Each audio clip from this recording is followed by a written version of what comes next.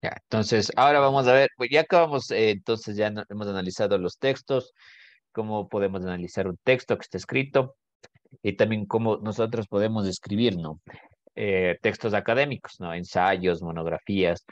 Básicamente lo que nos dice que tiene que seguir en orden, ya vimos cómo puedo seguir un orden con los párrafos, eh, y siempre con sustentación científica, ¿no?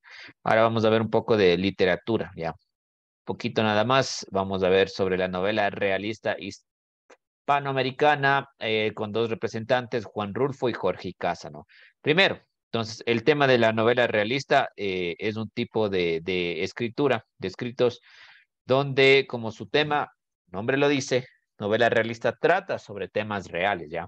Trata sobre temas reales. Hay varios tipos de textos, ¿no? Por ejemplo, cuentos, novelas, eh, tipos de ciencia ficción, ¿no?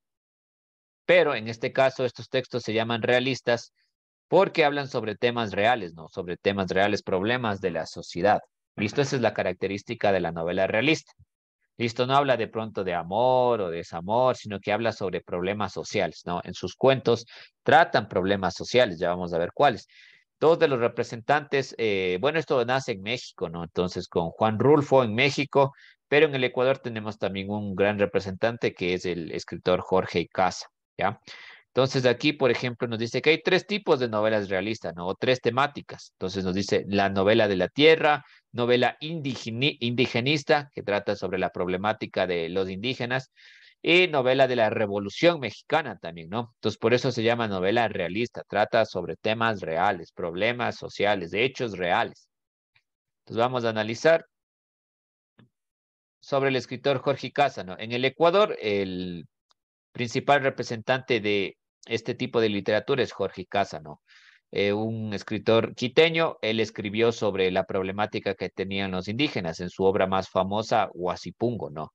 Huasipungo, que hablaba sobre la tenencia de la tierra, los indígenas. Recuerden ustedes que los indígenas prácticamente eran esclavos, ¿no?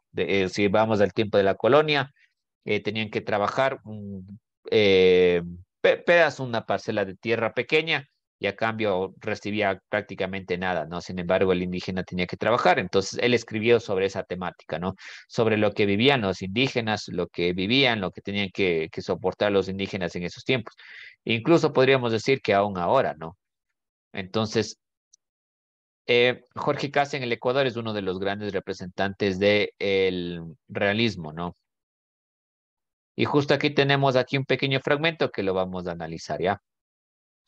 Tenemos aquí un fragmento de Huasipungo, que es la obra más famosa, ¿no? Huasipungo. Entonces vamos a leer esto. Yo voy a leer el primer párrafo, ¿ya? Y de ahí les doy unas características y continuamos leyendo para terminar este tema. Ah, claro, sí, sí, Darlan, no sé si qué pasó. No hay problema. Ya voy a leer yo entonces el primer párrafo, ¿ya? Y analizo el primer párrafo y de ahí seguimos. Ustedes me ayudan leyendo los demás párrafos. Entonces dice, Huasipungo, fragmento, no. Ojo, cuando dice fragmento, eso se refiere a que esto es solo un pedacito de la obra, no. No es que esto es toda la obra, sino que esto es un pedazo de la obra. De hecho, Huasipungo es un libro, ¿no? Un libro completo. Pero esto es un pedacito nada más, ¿ya? Una partecita muy pequeña. Entonces dice, el viento al estrellarse en la puerta de la choza de Andrés Chiliquinga, la abrió con imprudencia que dejó al descubierto sus entrañas miserables, sucias, prietas, sórdidas. En la esquina del fogón, en el suelo, la india Kunshi tostaba maíz en el tiesto de barro renegrido. Como el maíz era robado en el guasipungo vecino, ella, llena de sorpresa y de despecho, presentó al viento intruso una cara adusta, ceño fruncido, ojos llorosos y zancocha, dos en humo, labios entreabiertos en mueca de definida angustia. Al darse cuenta de lo que pasaba, ordenó al crío, ¿ya? Entonces, mire, solo en este primer párrafo ya nos podemos dar cuenta cómo se utiliza los elementos indigenistas, ¿no? Entonces, desde los personajes hasta los elementos, ¿no? Los elementos, aquí nos habla de choza, nos habla de personajes indígenas, y en el resto de la obra, del fragmento, vamos a ver que incluso estos autores escribían, Ya escribían las palabras que solían decir los personajes o los indígenas en esa época, ya lo vamos a ver ya. Entonces, un guasipungo era un pedazo de tierra, ¿no? Como les comentaba, un guasipungo era un pedazo de tierra que les daban los españoles. Esto viene desde la época colonial, que les daban los españoles a los indígenas y le daban ese pedacito de tierra para que trabaje, pero a cambio el indígena tenía que trabajar en toda la hacienda, ¿ya? Prácticamente era como esclavitud. El indígena tenía que trabajar toda la hacienda y el español le daba un pedacito pequeño, pero ojo, el pedazo que le daba los españoles o los criollos a los indígenas era el suelo más infértil, era la parte de pronto que no servía. Esa parte le daban a cambio de todo el trabajo, ¿no? Bien, entonces vamos a seguir leyendo, ¿ya? Déjenme poder hacer esto un poquito más grande, ya, para ir viendo los elementos. Ya vamos a ir párrafo por párrafo, ¿listo? Eh, Miss Amparo, ayúdenos con este párrafo, ¿ya? Listo, listo. Belongo, ajusta la tranca. Han de chapar los vecinos sin decir nada, con la boca y las manos embarradas en mazamorras de harina prieta. El pequeño había pasado de los 4 años, se levantó del suelo y cumplió la orden poniendo una tranca. Para él, muy grande, tras la puerta, luego volvió a su rincón, donde le esperaba la olla de barro con un poco de comida al fondo. Y antes de continuar devorando su escasa ración diaria, echó una mirada coqueta y pedigüeña hacia el tiesto, donde brincaban alegres y olorosos los granos de maíz. Siga hasta aquí, por favor, Ah, ¿ya? ya les. Es tu para Taituku, es bus, ya comiste, Mazamurra, advirtió la india, interpretando el apetito del pequeño. Esperaba no más. Inutus, hemos de robar a Tatita, probanita para guaguas pez. Ya, muchas gracias. Ya, entonces miren, como podemos ver ahí, esos son los elementos, las características de la novela realista, ¿no? No solo habla de una realidad social, que en este caso era el trato que tenían los indígenas, sino que en la forma de escribir, utiliza palabras, esa es otra característica, utiliza palabras que propias, ¿no? Propias de esa época. Entonces, por ejemplo, aquí vemos algunas palabras, ¿cierto? Como belongu, ¿no es cierto? Han de chapar los vecinos, porque así se hablaba, ¿no? Incluso hasta ahora se sigue hablando de esta forma, ¿no es cierto? Son características que en la forma de escribir también se adoptaron. Entonces, miren, por ejemplo, aquí probanita para guagua pez, ¿ya? Entonces, miren, por esto este tipo de novelas tiene una característica especial, ¿no? Que al momento de escribir y al momento de leer, se puede leer estos elementos, ¿no? ¿Ya? Entonces forman parte del elemento realista, ¿no? Entonces, repito, no solo era que hablaban de temas sociales, sino la forma de escribir se trata de adoptar de cómo se realizaba. Ya, vamos a los últimos dos párrafos, ya, son estos dos últimos. Esto es solo un extracto, ¿no? Como les decía, no es toda la obra, es solo un pequeño extracto. Denme un segundito, ¿ya? Eh, bien, denme un segundito, ¿ya?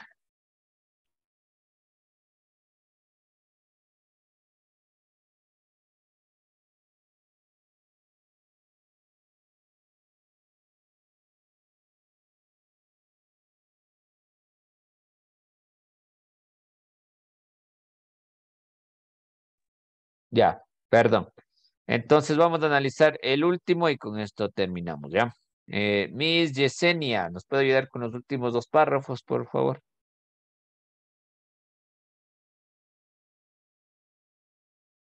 Ya dicen, a pesar de la esperanza del... A ver, espera un ratito, dicen para ampliarle la pantalla. Ya, no se preocupe. A pesar de la esperanza, el rapaz colgó la jeta y, sin más preámbulos, se acurrucó en el suelo. Puso a la olla entre las piernas y terminó su mazamorra. Después de hablar con los compañeros de la ladera del Cerro Mayor, donde el hambre y las necesidades de la vida se volvían cada vez más duras y urgentes. En esa zona se amontonaban en cuevas o en chozas improvisadas las familias de los huasipungueros, desplazados de las orillas del río. El cojo Andrés Chiliquinga descendió por el Chaquiñán. Es de anotar que los indios que quedaron sin Huasipungo por la creciente y toda la peonada de la hacienda, unos con amargura y otros con ilusión ingenua esperaban los socorros que el amo o el administrador o el arrendatario de las tierras desde siempre tenían por costumbre repartir desde las cosechas. Será para el día de santitud grande. Será para el domingo. Será para la fiesta de Mamá Virgen. Ya, muchas gracias. Entonces, mire, podemos continuar viendo, ¿no es cierto? Como les decía en la escritura, entonces también se utiliza cómo ellos realizaban, cómo ellos hablaban, ¿no? Cómo ellos se comunicaban. No sé si notaron, pero en muchas de las palabras, por ejemplo, se cambia la O por la U, ¿no es cierto? Porque en el quichua no existían esas vocales, ya no existía la O, sino que existía la U, ¿listo? Entonces, por eso se da esta tendencia. Dice, será para el domingo. No sé, igual se han escuchado, se habla así, ¿no? En el quichua, bueno, las personas que hablan quichua y que hablan español lo hablan así. Es por eso, porque en el idioma propio del quichua no existían algunas vocales como la O, ¿ya? Entonces se utilizaba la U. Entonces, mire, entonces ahí es interesante porque podemos ver cómo se involucra, es una mezcla de cultura, también de la lengua, de la escritura. Entonces, mire, entonces esa es la característica de las novelas realistas, ¿no? Entonces, ¿qué? Hablaban sobre temas sociales, pero también al momento de escribir se utilizaba el lenguaje que ellos usaban comúnmente. Entonces, este pequeño extracto, repito, no es toda la obra, ¿no? No es un resumen tampoco, o sea, es un fragmento que se refiere a que es un pedacito de toda la obra, ¿no? No es un resumen, es un pedacito. Entonces, se llama Huasipungo, ¿no? Es como que dentro de este género, la más conocida a nivel de Ecuador, ¿no? Huasipungo, es muy buena, ¿no? Huasipungo. Hasta creo que hay películas incluso ahora. Bueno, entonces ya con eso vamos a terminar. Les indico simplemente lo que vamos a hacer de tarea y eso es todo ya. Denme un segundo.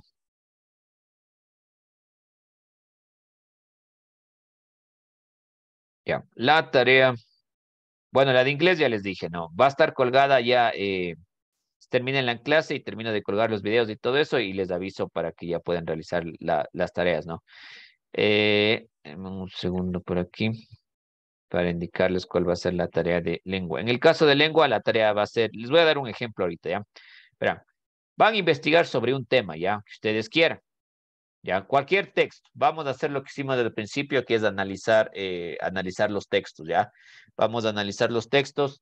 eh, Nosotros lo hicimos en forma oral, pero ahora ustedes lo van a hacer lo mismo, pero en forma escrita. Entonces, por ejemplo, este tema escogí yo. ¿Cuál es el origen del universo? ¿Ya? Supongamos, ¿ya?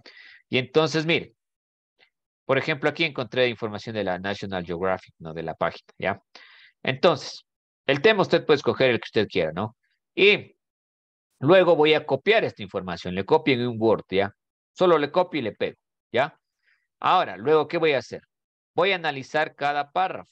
¿Listo? Voy a analizar cada párrafo. Entonces, ¿qué voy a hacer? Voy a escribir, ¿no es cierto? Está todo el texto, luego voy a hacer un cuadrito.